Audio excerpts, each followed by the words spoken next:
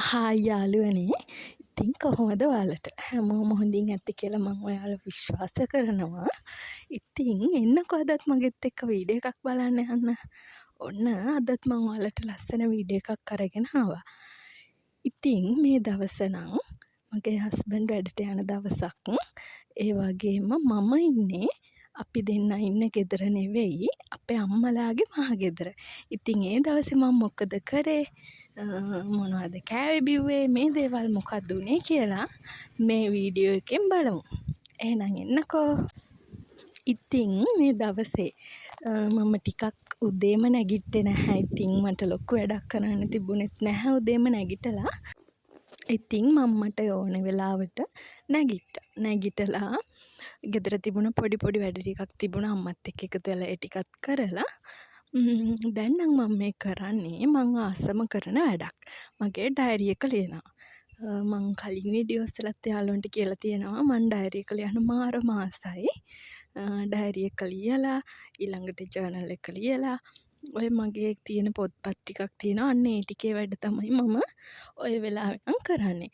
ඉතින් මං හරි ආස වෙලාවක් කිව්වොත් හරි ඔය වෙලාව මට නිදහසේ මං හරි හිත නිදහසේ කරන වැඩක් තමයි ඕක. ඉතින් මම මගේ දවසේ වෙන දේවල්, උන දේවල්, වෙන්න තියෙන දේවල් හැම මතකයක්ම, හැම දෙයක්ම, හැම හැඟීමක්ම හැම දෙයක්ම ලියන්නේ ඉතින් ඔය ඩයරි එකේ තමයි. ඉතින් හරි නිදහසේ වෙලාව අරගෙන මං ඒ දේ කරනවා. ඉතින් දැනුත් ඔය විදිහට ඩයරි එක ලියනවා. හරි ආස වැඩක් ඇත්තටම. මගේ යාළුවොත් ඉන්නවද ඔය විදිහට ඩයරි ලියන්න කැමති. ඉන්නවා නම් කමෙන්ට් එකක් දාගෙන යන්නකෝ. ඔයාලට කොහොමද ඒක දැනෙන්නේ? කොහොමද ඔයාලා ඒක කරන්නේ? ඒ වගේ දේවල් මටත් අදහසක් ගන්න. ඉතින් මං නම් දැන් අවුරුදු ගානකට කලින් ලියපු අවුරුදු 6-7කට ඊටත් වැඩියෙන් ලියපු අවුරුදු වල මගේ ඩයරිස් තියෙනවා එකතු කරගෙන. හරි ආසාවෙන් කරපු දේවල් අද වෙනකොට මං ඒවා පෙරලලා බලනවා. ඇත්තටම මාරම මතක ගොඩක් එකතුවක් තියෙනවා එතන. ඒ කියන්නේ ගිය අවුරුද්දේ ඊට කලින් අවුරුද්දේ මේ හැම දෙයක්ම අවසාන දැන් අවුරුදු 9කට 10කට කලින් ඩයරි එකක් දැන් පෙරලලා බැලුවොත් මම ඒ මොහොතේ ඒ කාලේ ජීවත් වෙනවා වගේ දැනෙනවා. හරිම නිදහසක් දැනෙනවා ඒව දැන් බලනකොට. ඉතින් මම මේ දැන් ලියන එකත් හරි ආසාවෙන් රස විඳගෙන ලියන්නේ ඉස්සරහ කාලෙකදී. අනාගත කාලෙකදී මම මේවා කවදා හරි පෙරලලා බලනකොට මම මේ දැන් හිටියේ මොන තත්ත්වෙද කියලා මට එකපාරටම ඉතින් මේ දේවල් මතක් වෙන නිසා මං හරි ආසාවෙන් මේ මතක එකතු කරනවා. ඉතින් ඒ නිසාමයි මම මේ විදිහට හරි කැමැත්තෙන් නිදහසේ ඩයරි ලියන්නේ. ඉතින් පේනවනේ මං තාමත් මේ ලියනවා. මං මේ වීඩියෝ එක ගේන්න ඔයගොල්ලන්ට වීඩියෝ එක එඩිට් කරනවානේ. ඉතින් එඩිට් කරනකොටත් මම ගොඩාක් කොටස් මේ කරලා තමයි අරන් තියෙන්නේ. ඒ තරමටම මම ලියනවා. හරි නිදහසේ මගේ හිතේ තියෙන හැම සිතුවිල්ලක්ම හැම හැඟීමක්ම අකුරු වලට පෙරලනවා කිව්වොත් හරි.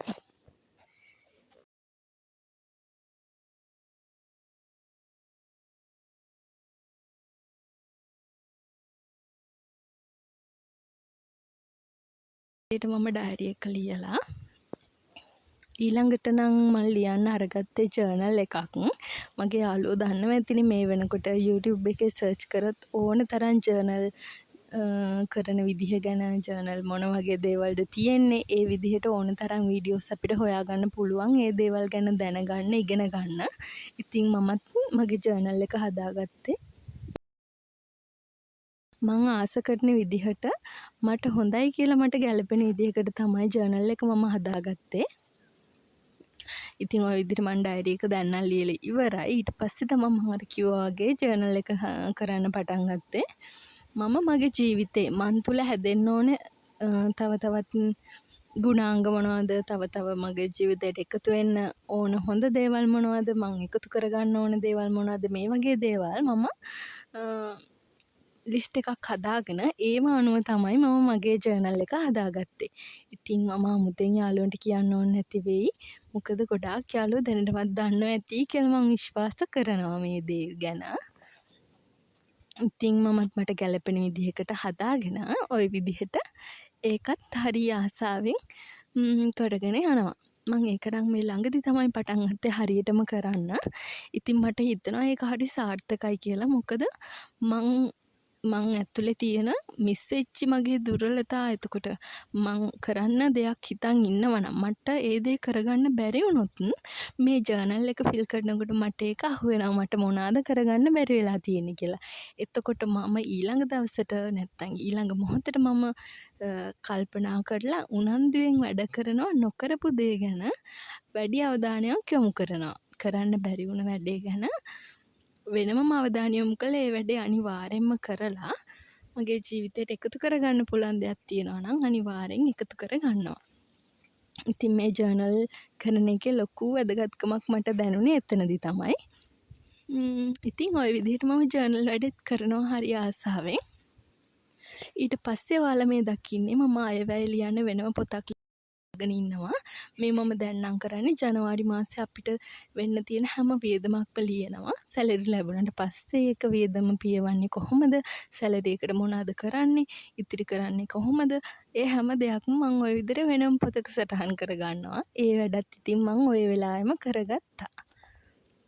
මගේ පහසුවට තව මං ඔය හැමදේම මං හරි ආසාවෙන් පොත්වල කරන්නේ. නැත්තම් අපි දන්නවනේ ඉතින් ඕන තරම් ෆෝන් එකේ ඇප්ස් තියෙනවා ওই දේවල් කරගන්න බැලන්ස් කරගන්න. ඒත් මම ඉතින් හරි ආසයි පොත්වල ওই විදිහට වැඩ කරන්න. මට ආස විදිහට ඇඳලා රූප ඇඳලා ලියලා ඒ දේවල් එක කරන්න කැමති නිසා තමයි මම නම් පොත් තෝරගත්තේ. නැත්තම් ඉතින් අපිට ඕන තරම් ක්‍රම තියෙනවා ওই දේවල් කරගන්න. ඉතින් උදේවරු ওই ටික මම ටිකක් වෙලාව අරගෙන කරගත්තා. ඉතින් දැන් නම් ඔයාලා මේ දකින්නේ හවස්වරුවේ. හවස්වරුවේ මම මේ යන්නේ අපේ ගෙදර ඉස්සරහා තියෙනවා මුරුංගා ගහක්. මට ඕන කරලා තිබුණා මුරුංගා කොළ. ඇත්තටම මොකද කියනවා නම් මගේ කොණ්ඩෙට යාළුවෝ දන්නවා ඇතිනේ මුරුංගා කොළ කියන්නේ අපේ කොණ්ඩෙට මාරම හොඳ දෙයක්. කියන්නේ ලොකු ප්‍රයෝජන තියෙනවා මුරුංගා කොළ වලින්. හෙයා මාස්ක් විදිහට ගන්නවා, ටෝන විදිහට හදලා ස්ප්‍රේ කරන්න පුළුවන් කොණ්ඩෙට මේ හැම දෙයකටම හොඳයි කියලා මමත් ඉතින් අහලා තියෙනවා. ඉතින් ඒ නිසා මම කල්පනා කරා ගෙදර යන වෙලාවක මුරුංගා කොළ ටිකක් කඩලා මමත් ඒ දේවල් කරලා බලන්න ඕනි කියලා. ඉතින් මට ඒක මතක් වුණා එදා ගෙදර ඉන්නකොට. ඉතින් මතක් වුණ වෙලාවේ මම ඉක්මනටම මුරුංගා කොළ ටිකක් කඩා ගන්න තමයි ඔය ලෑස්ති වෙන්නේ. ඉතින් ඔයාලට පේනවනේ උඩ බඩ ගාගෙන මං ඉතින් මුරුංගා කොළ කඩනවා උසත් මදි.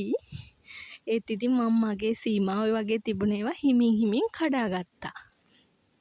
ඉතින් ඔහොම කඩ ඉන්නකොට මං කලින් වීඩියෝ එක කිව්වා අපේ අයියා නිවාඩු ඇවිල්ලා ඉන්නේ කියලා. ඉතින් එයා මොකද මං මේ කරන්නේ කියලා. මං ඉතින් කිව්වා මම මුරුංගා කොළ කඩනවා කියලා.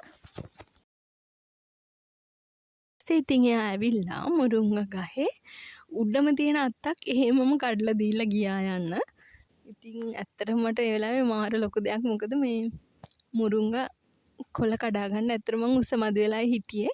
ඉතින් මං එයා කඩලා දුන්න ඉතින් මට ඕන ප්‍රමාණය කඩාගෙන මුරුංගා කොළ ටිකත් කඩාගෙන මම ඊළඟට ගියේ පේර කොළ ටිකක් කඩා ගන්න. ඇත්තට අපේ ගෙදර ඒ වගේ දේවල් තියෙන මන් දන්නවා අපේ ගෙදර විතරක් නෙවෙයි මේ හැම ගෙදරකම ලේසියෙන්ම හොයාගන්න පුළුවන් මුරුංගා කොළ, පේර කොළ, එතකොට කරපිංචා කොළ මේ වගේ දේවල් ඇත්තටම කොණ්ඩෙට හොඳයිනේ. ඉතින් ඇත්තටම ගෙවල් වල ඒවා තියෙනවා. නමුත් මම ඉන්න ඇත්තටම මයි හස්බන්ඩ් වෙනමනේ ඉන්නේ. ඉතින් එහෙ මේ දේවල් හොයාගන්න චුට්ටක් අමාරුයි. අමාරු කියන්නේ ඉතින් පුළුවන් සල්ලි වලට ඉතින් කඩෙන් ගන්න ඕනේ. මේ තරම් ඉතින් ලොකු වත්ත පිටි ඉතින් අපි ඉන්න තැන නැහැ. ඉතින් ඒ නිසා අපි ගෙදර ආවහම තමයි ඉතින් මම මේ දේවල් පුළුවන් විදිහට අරගෙන යන්නේ.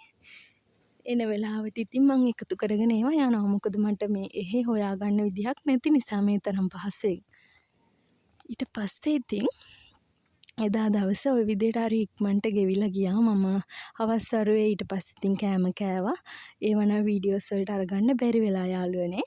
ඉතින් රාට අයිස්ක්‍රීම් එකකුත් කාලා මං එදා දවස් ඉවර කරලා මේ නම් ඉතින් පහුවදා දවස.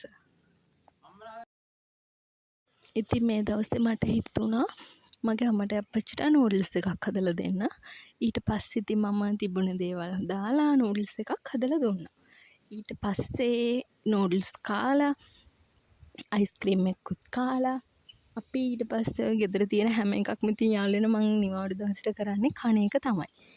මං හිතනවා ඔයාලත් එහෙම වෙන්නේ නැති කියලා. ඊට පස්සේ ඉතින් හවසට තේ බීලා වඩේ කාලා ඒකත් ඒ විදිහට ඉවර කරලා මගේ දවසේ ඒ විදිහට ගෙවිලා ඉවර වුණා. ඉතින් ආයෙම දවසක ඔයාලට ලස්සන වීඩියෝ එකක් අරගෙන එනකම් හැමෝම පරිස්සමින් ඉන්න. ඔයාලට හරි ආදරේ.